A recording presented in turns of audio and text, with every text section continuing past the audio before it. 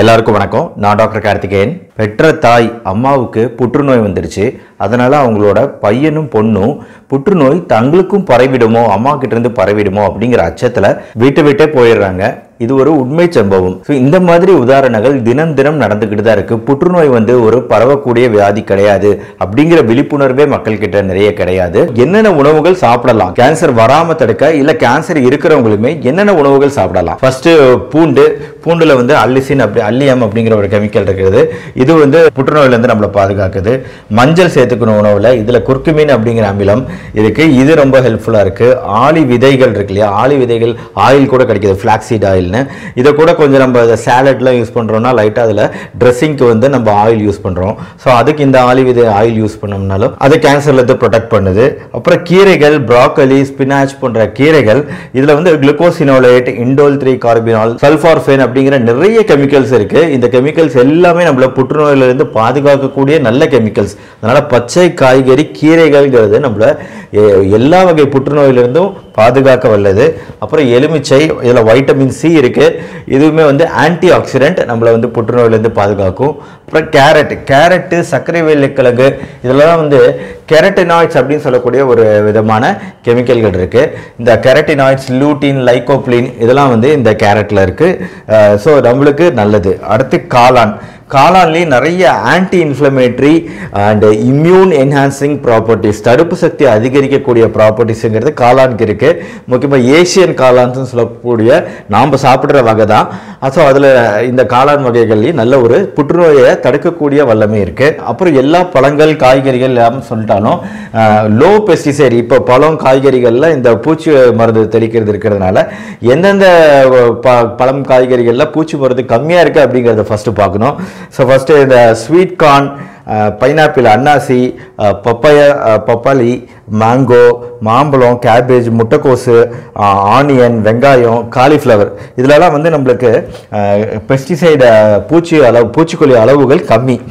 High pesticide அளவுகள் எதில் இருக்குன்னா ஆப்பிள், பியர்ஸு, செர்ரி, கிரேப்ஸ், திராட்சை வகைகள், ஸ்ட்ராபெரி இதிலெல்லாம். அப்புறம் வெஜிடபிளில் அதாவது கிழங்கு வகைகள், உருளைக்கிழங்கு, தக்காளி, கீரை போன்ற விஷயங்கள்லையுமே நிறைய பூச்சி மருந்துகள் தெளிக்கப்படுது.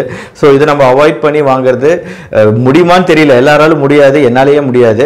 அதனால முடிஞ்ச அளவு நல்லா கழுவி, நல்லா சுத்தமாக கழுவி, ஏன்னா எப்படி பெஸ்டிசைடு இருக்கிற அந்த காய்கறி பழங்களை யூஸ் பண்ணுங்கிறதுக்கே ஒரு தனியாக ஒரு வீடியோ போட்டிருக்கிறேன். ஃபர்ஸ்ட் நம்ம என்ன பண்ணலாம்னா, காய்கறி பழங்களை கட்டாயம் கழுவி தான் யூஸ் பண்ணுங்கிறது இந்நேரம் எல்லாருமே புரிஞ்சிருப்பீங்க.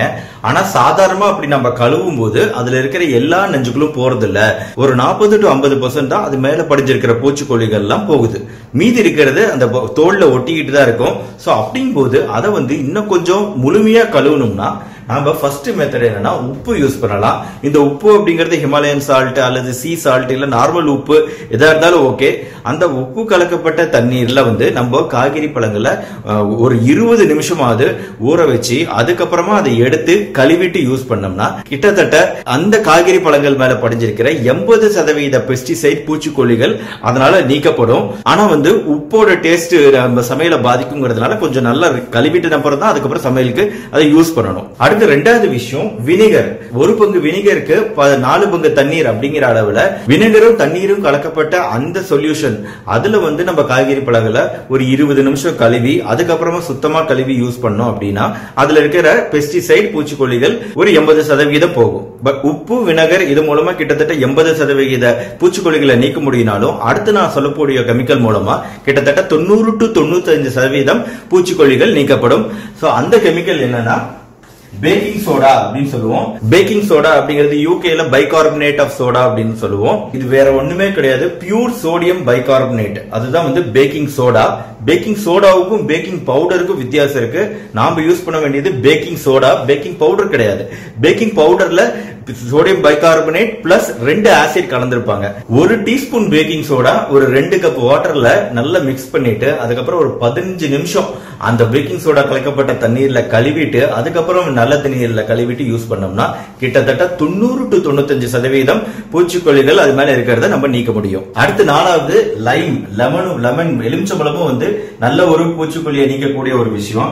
1 டேபிள் ஸ்பூன் எலுமிச்சை சாறு plus 2 tablespoon white vinegar plus 1 cup water. So இந்த சொல்யூஷன் 1 டீஸ்பூன் எலுமிச்சை சாறு, 2 டீஸ்பூன் ஒயிட் வினகர், 1 கப் தண்ணியில கலந்து அந்த சொல்யூஷன் வந்து நம்ம கிளாஸ் பாட்டில், அந்த ஸ்ப்ரே பாட்டில்லாம் கடையில கிடைக்கும். சும்மா 40-50 ரூபா தான் அந்த ஸ்ப்ரே பாட்டில் இருக்கும். அதுல இந்த மாதிரி சொல்யூஷனை ஊத்தி அதை ஃப்ரூட்ஸ் மேல ஸ்ப்ரே பண்ணிட்டு அதுக்கப்புறமா 20 to 25 நிமிஷம் கழிச்சு அந்த ஃப்ரூட்ஸை கழுவிட்டு யூஸ் பண்ணோம்னாலும் நம்ம அது மேல இருக்கிற பூச்சிக்கொல்லிகளை எல்லாத்தையும் நீக்க முடியும். சோ எந்த கெமிக்கலுமே யூஸ் பண்ணலைனாலும் அட்லீஸ்ட் நல்லா வாஷ் பண்ணுங்க, நல்லா கழுவி யூஸ் பண்ணுங்க. ஒரு நிமிஷத்துல 2 நிமிஷம் நல்லா காய்கறி பழங்களை நல்லா கழுவியாவது யூஸ் பண்ணுங்க. இது எதுவுமே வேண்டாம் அப்படின்னு நினைச்சீங்கன்னா இந்த முறையில அட்லீஸ்ட் ஒரு 40 to 50% பெஸ்டிசைடை நீக்க முடியும். இந்த மாதிரி கெமிக்கல்கள்லாம் யூஸ் பண்ணும்போது நம்ம கிட்டத்தட்ட 80 to 90% கெமிக்கல்களை நம்ம நீக்க முடியும். பெஸ்டிசைடு காய்கறி பழங்கள்ல இருந்து நீக்க முடியும். இன்னொரு மெத்தட் இருக்கு, கடைசியா அது 6வது ஒரு மெத்தட். இதுக்கு பேர் என்னன்னா பிளான்ச்சிங் அப்படின்னு சொல்றோம். அதாவது சில கீரைகள் எல்லாம் கண்டிப்பா வந்து நிறைய பூச்சி மருந்துகள் கலந்துருக்கும்.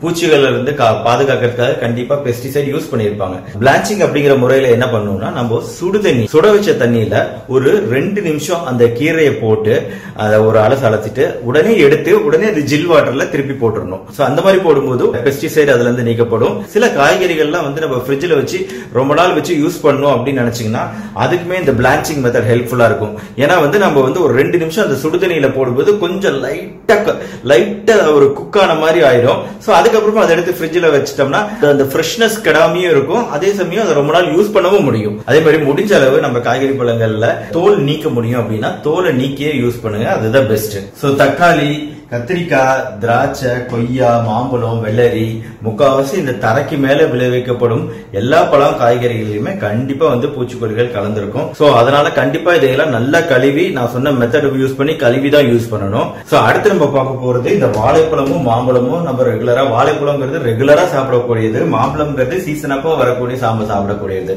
இது ரெண்டுமே வந்து கால்சியம் கார்பைட் அப்படிங்கிற ஒரு மருந்து மூலமா பழுக்க வைக்கிறாங்க அப்படிங்கிறது உங்களுக்கு தெரிஞ்சிருக்கும், முன்னாடியே தெரிஞ்சிருக்கும்.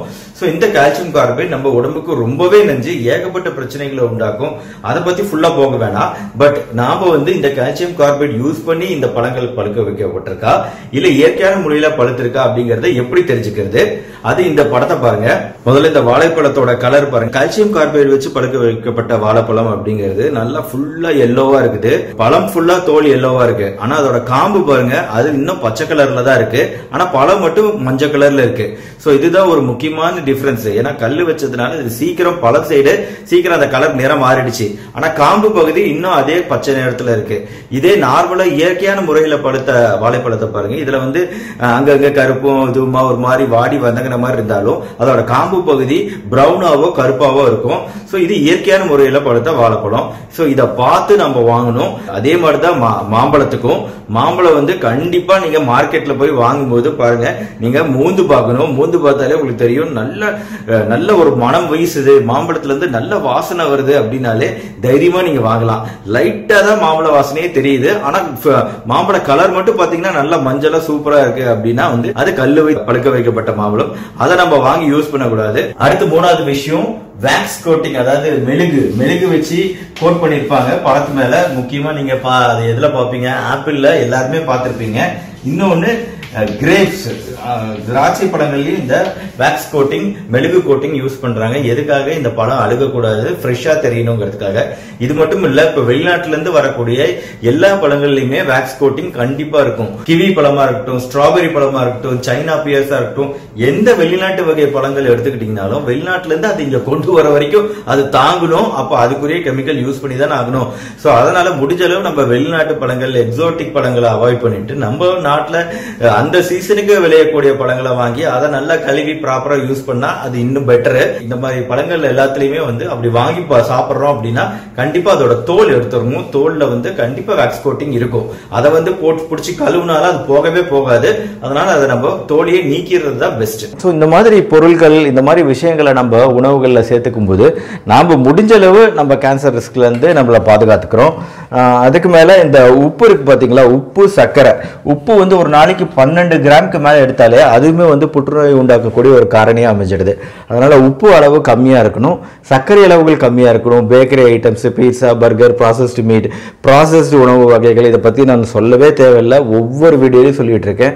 ஸோ இதில் வந்து கேன்சர் உண்டாகக்கூடிய விஷயங்களும் இருக்குது. ஸோ கடைசியாக இந்த ரெட் மீட்டு, ஆட்டு இறைச்சி, மாட்டு இறைச்சி, பன்றி இறைச்சி போன்றவைகள் குறைவாக எடுத்துக்கிறது நல்லது. கிரில் பண்ணப்பட்ட உணவுகள் வந்து அடிக்கடி சாப்பிட்றத அவாய்ட் பண்ணணும். ஸோ இதெல்லாம் தான் உணவுகள். ஸோ கேன்சரை தடுக்கக்கூடிய உணவுகளை பற்றி நீங்கள் நல்லா புரிஞ்சுக்கிட்டீங்க. கூடவே வந்து உடற்பயிற்சியும் நம்ம சேர்த்துக்கிட்டோம்னா முடிஞ்ச அளவு நம்மளுக்கு பரம்பரை ஜீன்லேயே வந்து புற்றுநோய் வரத்துக்கான ஒரு சாத்தியக்கூறுகள் இருந்தாலும் இந்த மாதிரி உணவு, நல்ல ஹெல்த்தியான லைஃப் ஸ்டைல், நல்ல அருமையான உடற்பயிற்சி இப்படின்னு நம்ம லைஃப் வச்சுக்கிட்டோம்னா கண்டிப்பாக புற்றுநோயில் வந்து நம்மளை பாதுகாத்துக்கலாம். இந்த வீடியோவை கண்டிப்பாக எல்லாருக்கும் ஷேர் பண்ணுங்க, உபயோகமாக இருக்கும். ஸோ இந்த வீடியோ உங்களுக்கு பிடிச்சிருந்துச்சுன்னா லைக் பண்ணுங்க. நம்ம சேனல் டாக்டர் கார்த்திகேயன் மறக்காம சப்ஸ்கிரைப் பண்ணுங்க. மறுபடியும் அடுத்த வீடியோவில் மீட் பண்ணுவோம். நன்றி, வணக்கம்.